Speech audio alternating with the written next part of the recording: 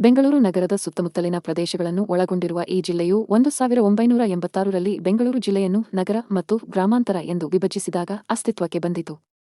ಜಿಲ್ಲೆಯು ಪ್ರಮುಖವಾಗಿ 4 ತಾಲ್ಲೂಕುಗಳನ್ನು ಹೊಂದಿದೆ: ದೇವನಹಳ್ಳಿ, ದೊಡ್ಡಬಳ್ಳಾಪುರ, ಹೊಸಕೋಟೆ ಮತ್ತು ನೆಲಮಂಗಲ. ಕರ್ನಾಟಕದ ಜಿಲ್ಲೆಗಳ ಪೈಕಿ ಕೊಡಗು ಜಿಲ್ಲೆಯ ನಂತರ ಇದು 2ನೇ ಅತಿ ಕಡಿಮೆ ಜನಸಂಖ್ಯೆ ಹೊಂದಿರುವ ಜಿಲ್ಲೆಯಾಗಿದೆ. ಇತ್ತೀಚಿನ ವರ್ಷಗಳಲ್ಲಿ ಇಲ್ಲಿ ಕೈಗಾರಿಕೀಕರಣ ವೇಗವಾಗಿ ನಡೆಯುತ್ತಿದ್ದು, ಅನೇಕ ವಿಶೇಷ ಆರ್ಥಿಕ ವಲಯಗಳು ಸ್ಥಾಪನೆಯಾಗಿವೆ. ಬೆಂಗಳೂರಿನ ಪ್ರಮುಖ ಹೆಗ್ಗುರುತಾದ ಕೆಂಪೇಗೌಡ ಅಂತಾರಾಷ್ಟ್ರೀಯ ವಿಮಾನ ನಿಲ್ದಾಣವು ಈ ಜಿಲ್ಲೆಯ ದೇವನಹಳ್ಳಿ ತಾಲ್ಲೂಕಿನಲ್ಲಿದೆ.